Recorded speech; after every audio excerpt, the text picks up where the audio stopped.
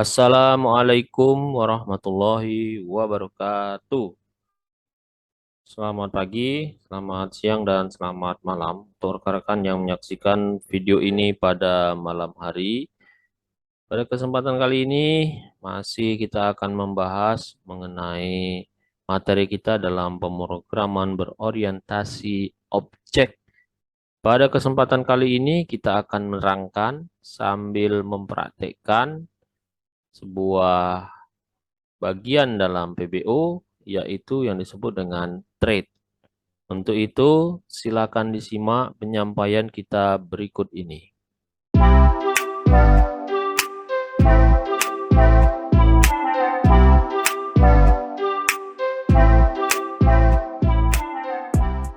Kita mulai dengan membuat file baru. Kemudian kita pilih ini ya, text file. Lalu kita pilih bahasanya. Kemudian kita pilih bahasa yang akan kita gunakan, yaitu Java. Lalu kita akan berikan nama untuk file kita ini dengan cara kita simpan terlebih dahulu ya. Save as. Oke, ini hasilnya. Sudah keluar public class treat 12. Kemudian kita buat public static void main seperti biasa ya. String.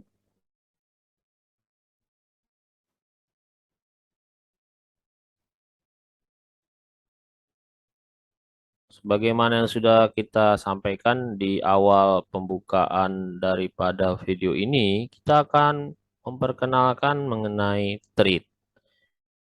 Nah, treat itu bisa kita pakai dalam pemrograman Java ini ya, untuk mengetahui aliran-aliran atau tahapan-tahapan yang dilakukan oleh program kita saat dia mengeksekusi programnya. Jadi dalam pemrograman Java, khususnya dalam PBO ini, kita harus memiliki treat. Oke, untuk rekan-rekan ketahui bahwa main treat atau treat utama itu berada pada public static void main ini. Ya, jadi kita bisa lihat urutan-urutan pekerjaan itu semuanya diatur di public static void main atau main treat. Ya, misalkan kita ingin menampilkan seperti ini ya. System out print line. Saya tulis di sini apa kabar.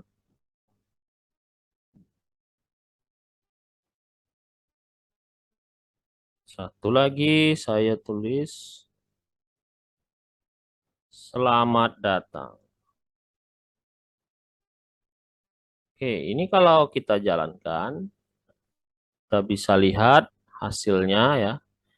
Oke, kita lihat ya, ini akan muncul tampilannya apa kabar, selamat datang dengan urutan perintah ya, apa kabarnya itu ada di atas, kemudian selamat datang ada di bawahnya.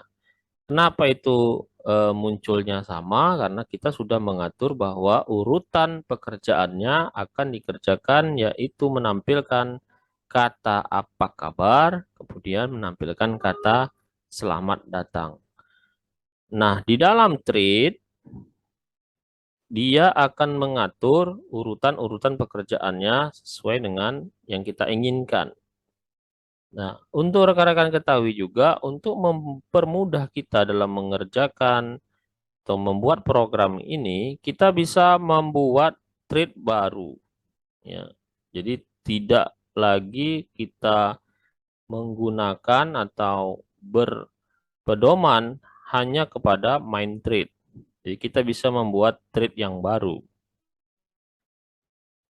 Gunanya adalah agar pekerjaan-pekerjaan yang dilakukan oleh program kita itu bisa berbagi, kemudian bisa dikerjakan secara paralel. Manfaatnya adalah kita bisa mendapatkan hasilnya, yaitu pekerjaan ini akan bisa diselesaikan dengan lebih cepat.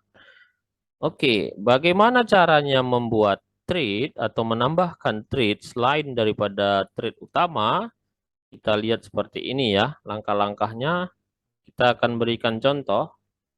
Oke, ini saya hapus dulu. Saya kosongin. Kemudian saya akan membuat metode ya. Oke, saya akan membuat metode ya. Void misalnya namanya saya berikan adalah proses 1. Proses 1 nama metodenya. Lalu saya punya metode satu lagi yaitu proses 2.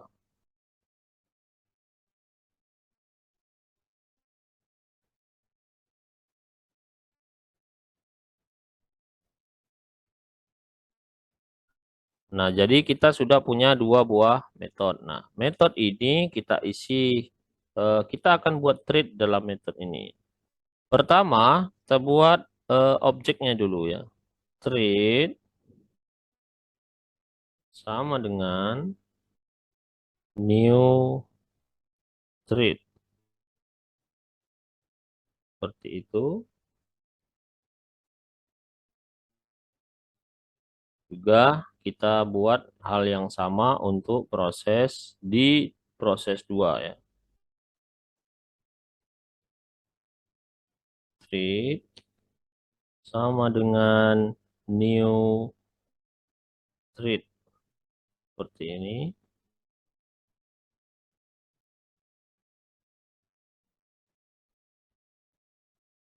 Oke, kemudian di antara kurung kurawal ini kita enter, lalu kita buat seperti ini. Public void run. Ya, dia untuk menjalankannya. Hal yang sama juga kita buat pada proses 2.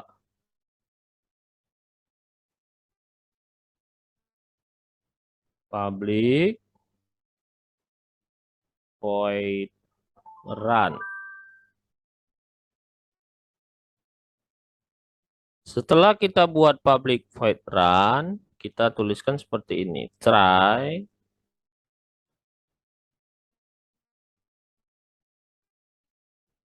Lalu satu lagi kita punya catch.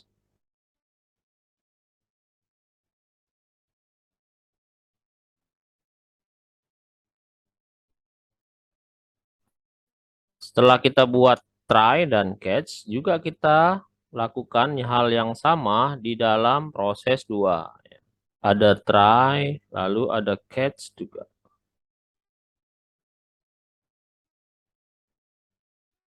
Catch seperti ini. Kemudian kita akan buat kira-kira tampilan daripada proses 1 itu adalah sebuah perulangan ya. Sebuah perulangan. Kita buat seperti ini. Awalnya kita tuliskan dulu variabel. Kita tuliskan variabel di sini ya. Kita punya variabel namanya adalah jumlah. Jumlahnya misalkan kita tulis adalah 7. Oke, lalu kita pakailah variabel itu di dalam try. Try di sini kita enter. Kita buat perulangan ya. For kemudian kita punya variabel namanya adalah nilai ya, for nilai lalu sama dengan 1. Kemudian kita misalkan mau menambahkan nilai ini mulai dari 1 sampai nilainya adalah lebih kecil sama dengan jumlah. Jadi kita akan mulai menambahkan atau melakukan perulangan mulai dari angka 1 sampai angka di bawah 7 atau sama dengan 7 ya. Kemudian nilai Dia akan bertambah satu-satu terus, ya, dan akan menampilkan sistem outprint line. Dia akan menampilkan yaitu kata-kata nomor, nomor, kita beri seperti ini, lalu tanda tambah, tambah ya, kita masukkan adalah nilai. Oke, nah seperti ini. Kemudian kita ada catch tadi, ada catch. Kita tuliskan interrupt exception X seperti ini. Kasih tanda kurung, lalu kita berikan X dot print stack trace. Ya, seperti itu. Lalu tanda kurung berawalnya kita tutup. Kita lihat kita sudah membuat metode ya, namanya adalah proses 1, di mana proses 1 itu ada di dalamnya thread. Dengan cara seperti ini ya kita buat objek thread. Lalu kira-kira kita akan menjalankan seperti ini ya. Public void run, ini harus kita buat.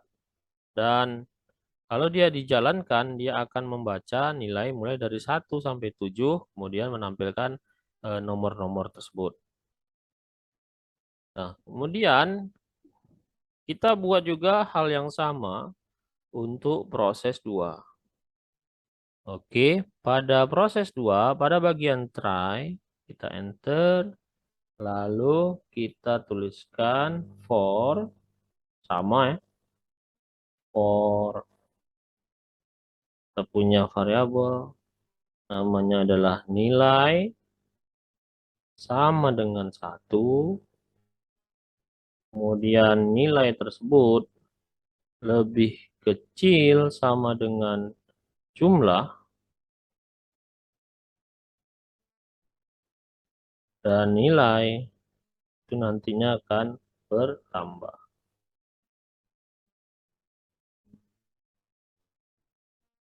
Kalau nanti dia dijalankan, maka hasilnya dia akan menampilkan sistem outprint line-nya.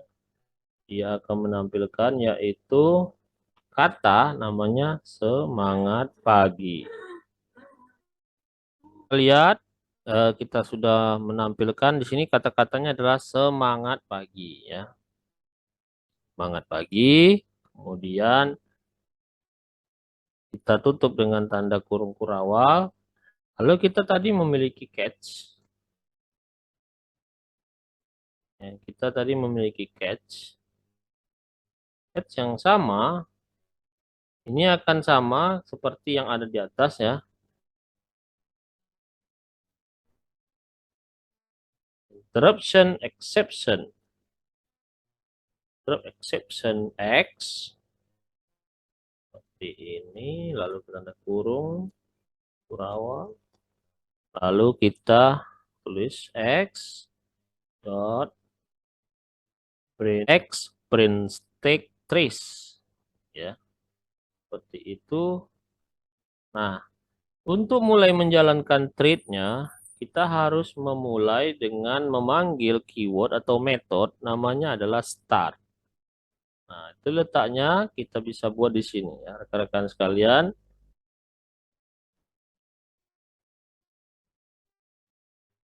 Ini kita kasih tanda titik koma, lalu kita kasih thread, tuliskan thread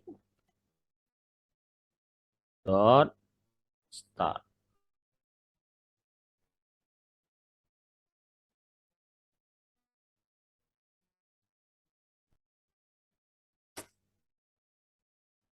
Kita tuliskan thread dot start ya. Seperti itu, kemudian kita juga tuliskan untuk kita jalankan thread untuk proses 2. Sini ya.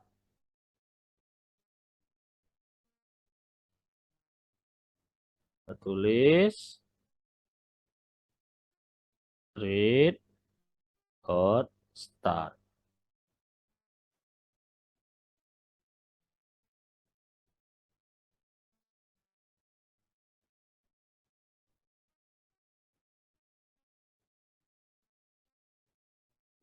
Oke, rekan-rekan sekalian, nah ini kita sudah punya dua buah metode. Sekali lagi, satu namanya proses satu, yang kedua adalah proses dua.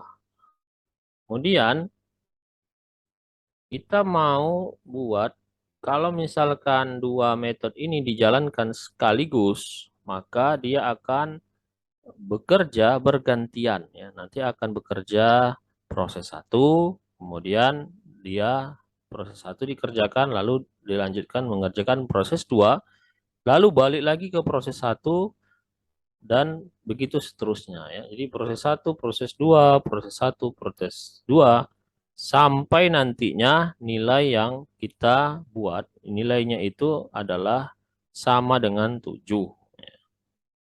Nah, kita untuk bisa membuat pergantian tadi, kita harus membuat dulu namanya adalah waktu tunggu ya. Waktu tunggu. Nah, cara waktu tunggu itu kita bisa letakkan di bawah sistem out print line ya. Kita tulis sini adalah sleep. Kemudian kita berikan waktunya, misalkan kita berikan waktunya adalah 1000.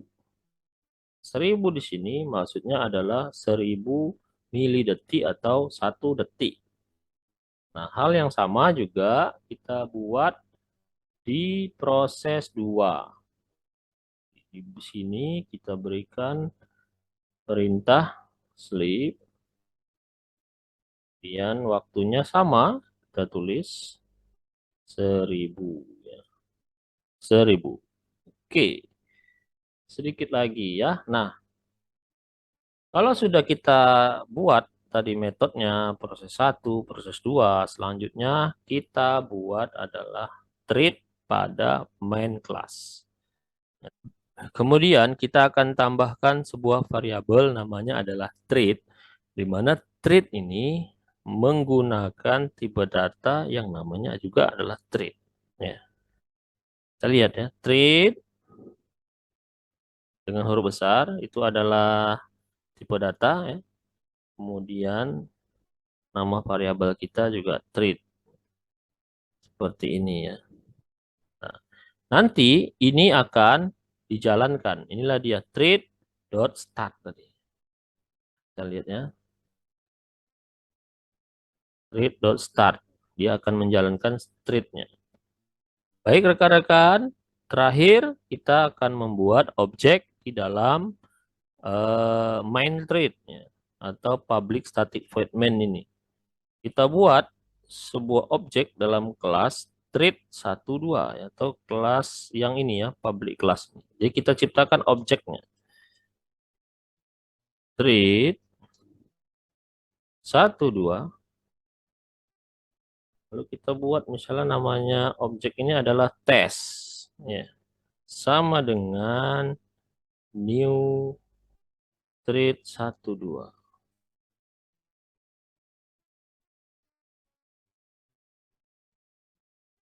Seperti itu ya. Kemudian kita jalankan, kita panggil metodenya terhadap objek tersebut. Test dot. Yang pertama kita mau menjalankan proses 1. Proses 1. Oke, setelah proses 1 dia akan menjalankan proses 2.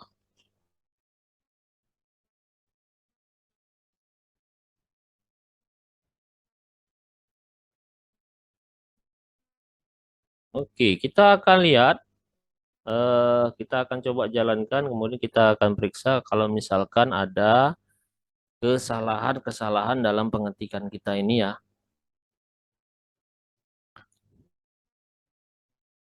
Oke, kita lihat di sini, kita periksa lagi ya beberapa kesalahan. Kita lihat di sini nama variabel kita namanya adalah treat dengan huruf kecil ya, huruf T-nya. Kita lihat di bawah. Oke, ini kita perbaiki. Ini kita ganti jadi huruf kecil. Kemudian di sini juga sepertinya harus kita ganti ya.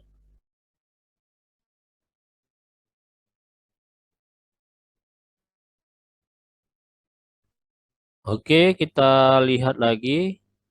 beberapa kesalahan sudah kita perbaiki ya. Kita lihat bahwa ada tadi kita ganti treatnya menjadi huruf besar. Kemudian ada beberapa tanda kurung kurawal yang sepertinya jumlahnya masih belum sama. Oke, ini sudah kita perbaiki. Kita coba menjalankannya.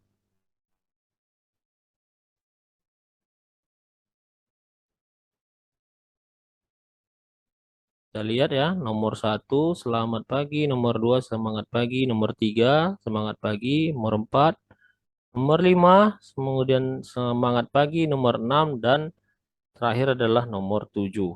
Nah, rekan-rekan sekalian bisa dilihat bahwa nomor itu akan keluar dari hasil pekerjaan di proses 1 ya. Proses 1 dia akan menampilkan nomor, kemudian proses 2 dia akan menampilkan kata semangat pagi. Jadi hasil yang bisa kita dapatkan adalah bisa kita lihat program kita mengerjakan yang pertama adalah proses 1, kemudian menampilkan dia sebuah nomor. Oke. Setelah dia menampilkan nomor, dia akan pindah kepada proses 2, menampilkan semangat pagi. Lalu setelah itu, dia akan kembali kepada proses 1, menampilkan nomor berikutnya, yaitu tambahan dari nomor yang sudah dibuat sebelumnya. Kemudian kembali akan mengerjakan proses 2. Ya, maka kita akan lihat tadi hasilnya ya, misalnya di sini ada nomor 4 semangat pagi, nomor 5 semangat pagi, dan begitu seterusnya sampailah nomor itu sampai ke nomor 7. Oke, rekan-rekan sekalian, demikian praktek kita dalam menerangkan mengenai treat. Baik, rekan-rekan sekalian, bisa kita lihat kesimpulannya daripada praktek kita hari ini, di mana penggunaan treat bisa membantu kita dalam mengatur urutan-urutan pekerjaan yang akan dikerjakan oleh program kita. Demikian penyampaian kita pada video ini. Mudah-mudahan bisa membantu rekan-rekan sekalian. Mohon maaf kalau misalkan ada beberapa kekurangannya. Saya akhiri, billahi taufik wal hidayah. Assalamualaikum warahmatullahi wabarakatuh.